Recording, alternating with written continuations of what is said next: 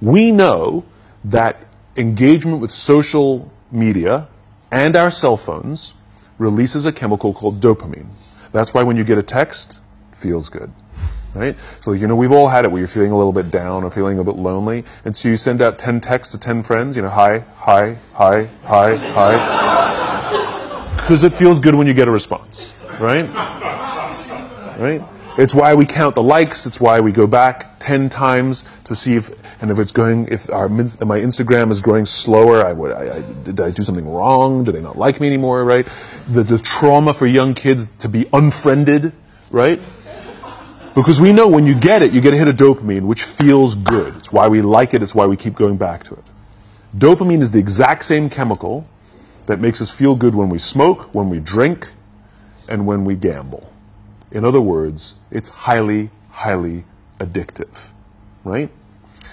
We have age restrictions on smoking, gambling, and alcohol, and we have no age restrictions on social media and cell phones. That's basically what's happening, right? That's basically what happened. You have an entire generation that has access to an addictive, numbing chemical called dopamine through social media and cell phones.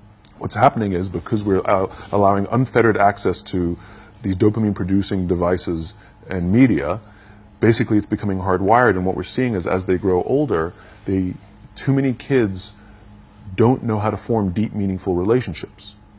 Their words, not mine. They will admit that many of their friendships are superficial.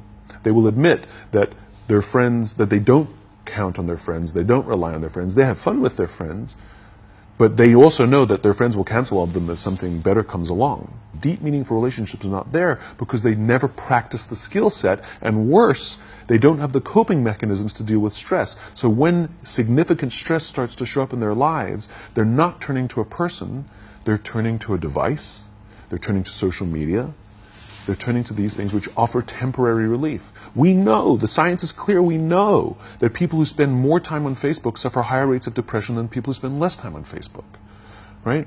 These things balance, right? There's nothing wrong with social media and cell phones. It's the imbalance, right? If you're sitting at dinner with your friends and you're texting somebody who's not there, that's a problem. That's an addiction. If you're sitting in a meeting with people you're supposed to be listening to and speaking, and you put your phone on the table, face up or face down, I don't care, that sends a subconscious message to the room that you're just not that important to me right now, right? That's what happens. And the fact that you cannot put it away is because you are addicted. And like all addiction, in time, it'll destroy relationships, it'll cost time, and it'll cost money, and it'll make your life worse, right?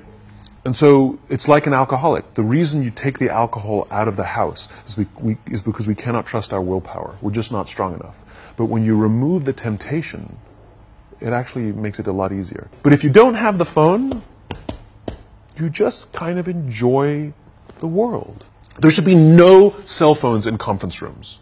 None. Zero. And I don't mean the kind of like sitting outside waiting to text. I mean like when you're sitting and waiting for a meeting to start, this is what we all do. We all sit here and wait for the meeting to start.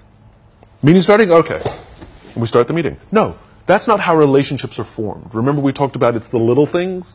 Relationships are formed this way. We're waiting for a meeting to start and we go, how's your dad? I heard he was in the hospital. Oh, he's really good. Thanks for asking. He's actually at home now. Oh, I'm really glad. It was really amazing.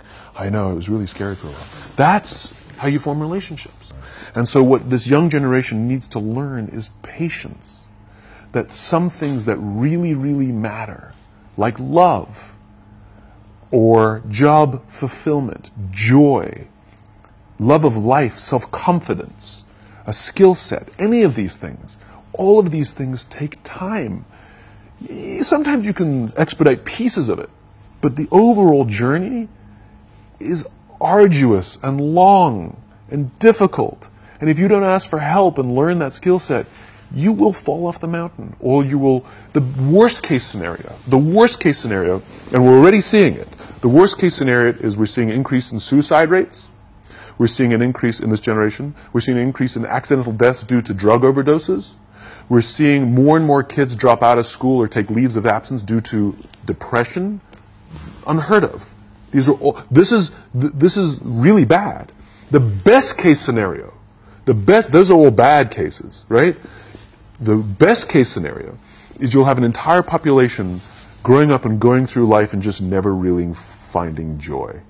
They'll never really find deep fulfillment in work or in life. They'll just waft through life and it'll be just, it's fine. We now have a responsibility to make up the shortfall and to help this amazing, idealistic, fantastic generation build their confidence, learn patience, learn the social skills, find a better balance between life and technology.